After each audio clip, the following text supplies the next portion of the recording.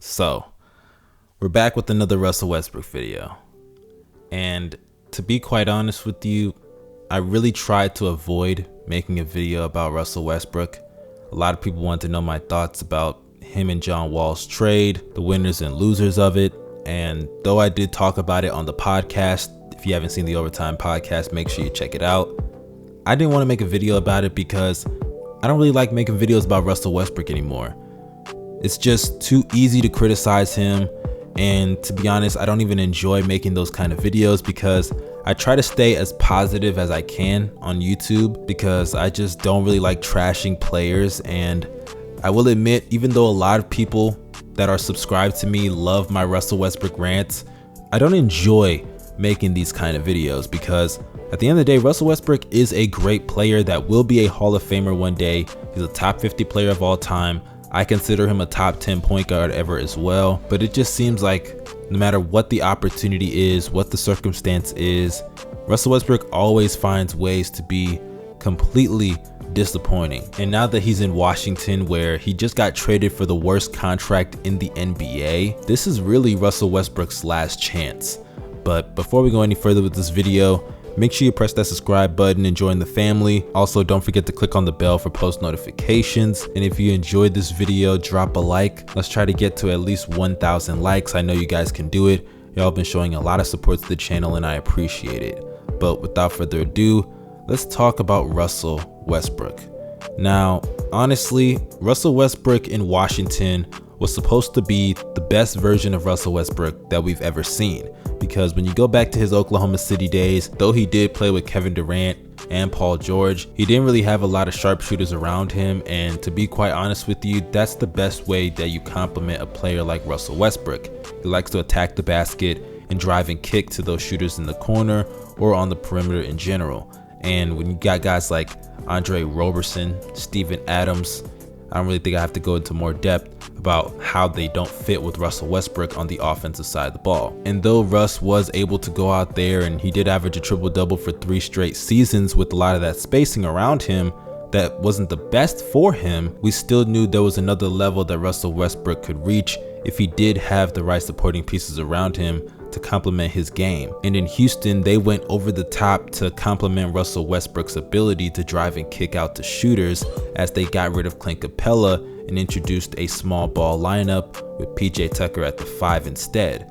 And in the 19 games without Clint Capella before the bubble, Russell Westbrook was playing the best basketball of his entire career as he averaged 32 points, 6 to 7 assists, also grabbed 8 to 9 rebounds and 2 steals, and shot 54% from the field, 33% from 3, albeit on less than 2 attempts, as well as 77% from the free throw line. So based on the time that he spent as a Houston Rocket, despite the fact that he played terrible in the playoffs, it became very clear and eye-opening how you unlock Russell Westbrook's full potential and get the most out of him as a player. You have to have floor spacers around him.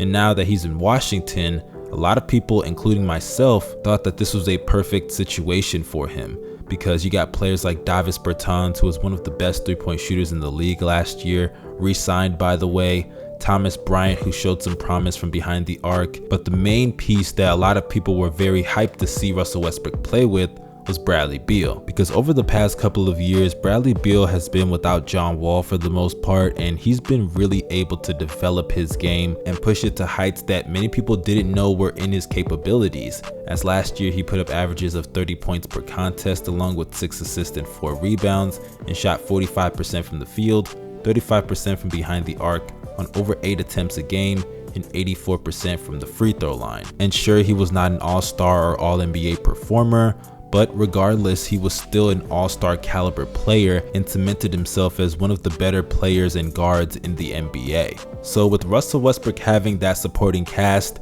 and Beal as his running mate, there really is no excuse for him to not be able to elevate this team towards playoff contention. But unfortunately, so far the Wizards are 0-4 and Russell Westbrook's game has not looked very good whatsoever, as currently he's averaging 19 points along with 13 rebounds and 13 assists. Yeah, it's a cool triple-double, but he's also shooting 41% from the field and 10% from behind the arc. And fun fact, he didn't even knock down a single three-pointer until his past game against the Chicago Bulls yesterday, in which they still lost. And then to make matters worse, we all know Russell Westbrook is a turnover machine, but he did have 6 turnovers against the Bulls, which leaves him with 6 turnovers a game. And to be fair to Russell Westbrook, this is not all on him. When you look up and down this roster, defense is literally the last thing that jumps out at you, as the Wizards were one of the worst defensive teams in the league last year, and not many things have changed when it comes to this roster as it pertains to the defensive side of the ball. But say what you want about all the moving pieces of this team and also the fact that they're not a great defensive unit, regardless of all of those points, and I'm not saying they're not valid, but if you look at Russell Westbrook the way that I even looked at him coming into this season, as a top 5 at the bare minimum top 10 point guard and a top 20 to 25 player in this league, there's no reason for him to not make the playoffs. Sure, defensively they're not great, but offensively there's no reason why they can't be firing on all cylinders and be a top 5 offense in this league. And then when you combine that with the fact that over the past couple of years I've heard that Russell Westbrook is a great floor raiser, and years like 2017 should prove that, and if that's the case, then there should be no excuse for him missing the playoffs with his second best player being Bradley Beal. And what's even crazier is I remember Russell Westbrook fans saying that he's gonna make Beal so much better and Beal could potentially even be an MVP candidate, similar to Paul George in 2018 when Russ decided to take a step back, put more of his efforts towards playmaking for PG-13 because he let him be the #1 option, and the result was Paul George finishing top 5 in MVP voting. And if you believe that Russ is capable of doing that with Bradley Beal, then there really shouldn't be an excuse for them to not be a playoff team, especially considering that they have great offensive pieces around them, as I mentioned before, and they're in the Eastern Conference. This is not the West like it was all those years ago.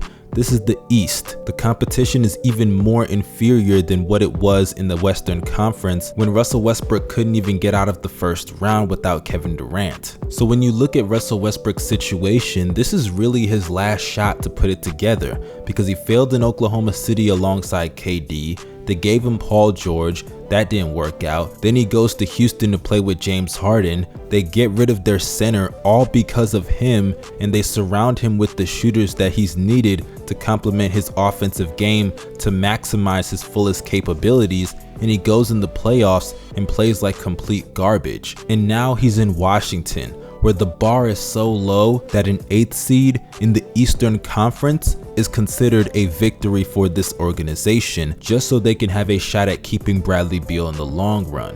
So what does that really mean?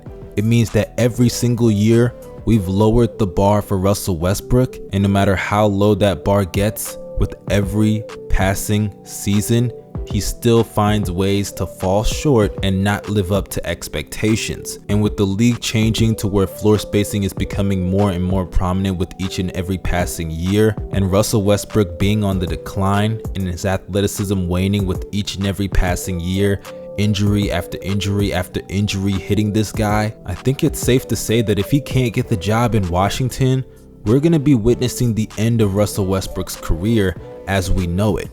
But that's just my opinion.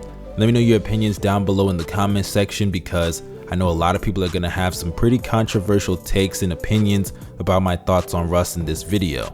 Also, do not forget to drop a like, subscribe to the channel, push the bell for post notifications, and do not forget to check out the Overtime podcast. The links are down below in the description box. This is your boy Young Mustard signing out. Y'all stay safe and have a great day. I'm out. Peace.